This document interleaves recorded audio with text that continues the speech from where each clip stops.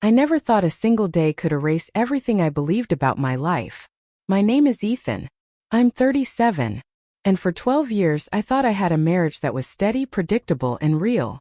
My wife, Lauren, was everything I had wanted: kind, warm, always laughing, and seemingly devoted. We had 2 kids together, or so I thought. A little family, a little chaos, and a lot of love. That's how it felt, at least on the surface. The day I found out the truth, everything shattered. It wasn't a fight. Not really. There was no shouting, no dramatic confrontation. It was a medical report. A piece of paper that burned holes straight through my chest. Our youngest, my little girl Ellie, wasn't mine. Biologically. A fact that didn't just crush me, it erased me. I stared at the words over and over, willing them to rearrange themselves, willing some mistake to appear. But there it was, stark and undeniable. The baby I held every night, the child I kissed goodnight and promised I'd protect forever, wasn't mine. I left that night. Not with anger, not with dramatic scenes or slammed doors, but quietly.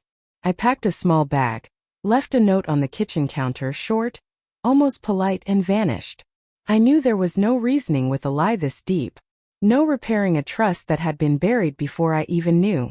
I didn't take my car, didn't call my parents, didn't alert any friends. I walked out into the night, letting the streetlights swallow me, letting the city blur into anonymity. I had no plan, no destination, just an instinctive need to disappear. For years I lived in fragments. I bounced between cities: Portland, Boise, Denver. Anywhere that let me remain invisible. I rented small apartments, never longer than a few months. I didn't answer old numbers or emails. I started over with temp jobs, night shifts, anything that kept me moving but kept me silent. The world around me carried on oblivious, while I cataloged my own grief in quiet moments. I didn't cry in public, didn't discuss it, didn't allow myself the comfort of anyone else's pity. I had learned painfully that some betrayals are too heavy for other shoulders. I thought I could rebuild without her shadow, without the memory of the child I loved as my own. But there's a part of me that, no matter how far I ran, never stopped noticing. Every birthday notification, every holiday, every picture of Ellie online felt like a knife twisting in a wound that refused to heal. I tried to block it all, tried to fill the spaces with work, casual friends, late-night beers, but nothing dulled the ache entirely. The people I met during those years saw me differently. To them I was Ryan, the quiet guy in the corner of a coffee shop, the one who offered a polite smile but never shared a personal detail. No one knew my past, my name, my family, my heartbreak. I became someone else because the old Ethan had been too painful to keep. Sometimes, in the middle of a sleepless night, I would catch a reflection in a shop window and almost not recognize the man staring back. Lines etched deeper around my eyes, my hair slightly graying, shoulders a little more stooped. Yet inside, the hurt had hardened into a strange clarity. A rigid understanding that the only way forward was to live for myself and no one else. There were nights when the silence was unbearable.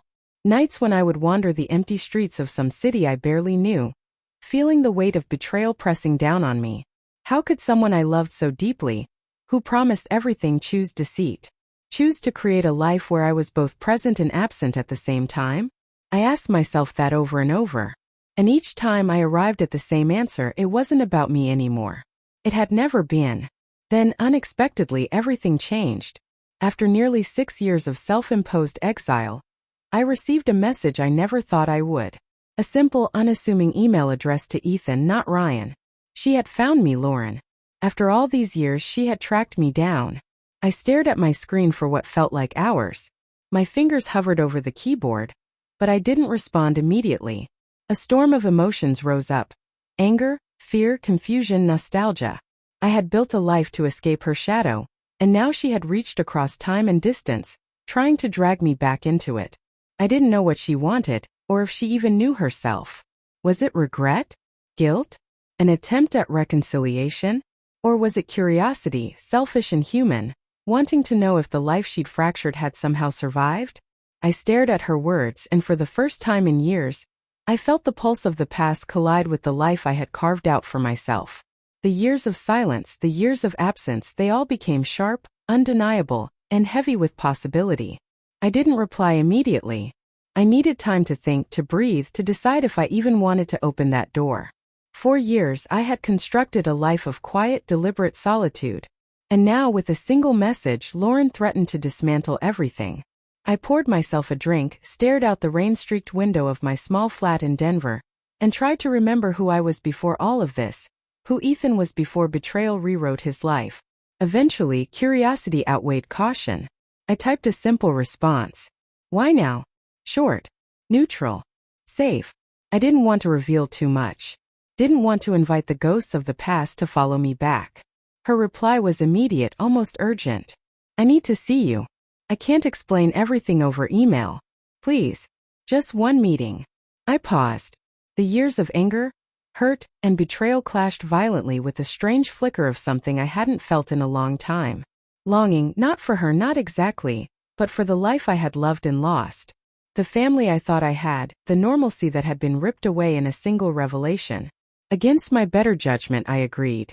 Not because I wanted to forgive, but because I needed to understand, to confront the person who had rewritten my past without warning.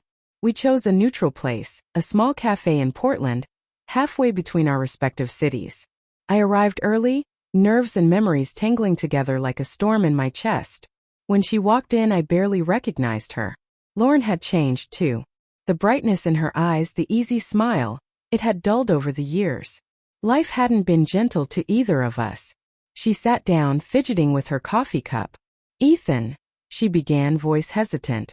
I don't know where to start. I didn't interrupt. I let her speak, letting the weight of years of silence settle over us. She explained bits and pieces, half apologies, half justifications. She hadn't planned for the secrets, hadn't known how to manage them, had panicked when she realized everything could unravel. She admitted mistakes, poor choices, and a string of decisions that I had borne the brunt of. And yet, for every confession, for every tear, I felt an emptiness that hadn't softened in the years apart. I realized something crucial in that moment. Her words, her presence, her regret. They couldn't restore what had been stolen. They couldn't give me back the years I had lost to absence, to doubt, to wandering through cities that didn't know my name. I told her this calmly, without raising my voice, without theatrics. You didn't just take away a child.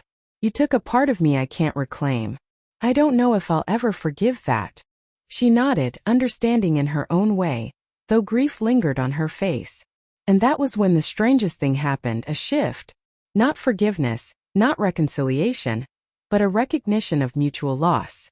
Of years spent in isolation, living lives carved from pain. I never stopped thinking about you, she admitted quietly. Or about us, about Ellie. I closed my eyes briefly, letting that sink in. It was true, I had thought about them too.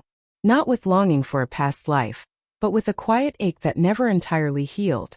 And now, faced with her truth, the reality of our fractured lives, I understood.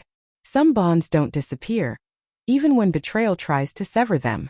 For the next few hours we talked not about what we could have been but about what we had lost. We spoke of choices, of mistakes, of roads we had taken that couldn't be retraced. And through it all a strange clarity emerged. I could leave. I could walk away and never look back. Or I could choose something entirely unexpected, to acknowledge the past, accept the scars, and see if some semblance of connection could survive. Not for love as it had been, but for closure, for honesty, for a fragile, honest friendship.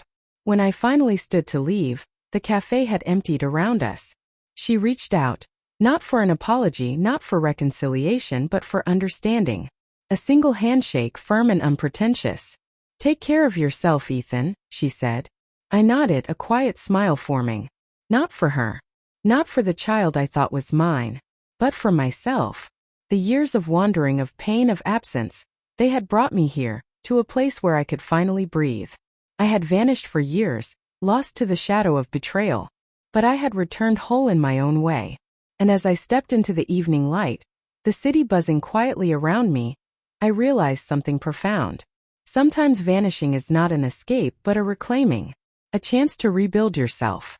Not for anyone else but for the one person who matters most, you.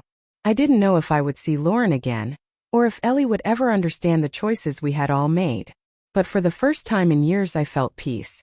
And that peace, fleeting as it might be, was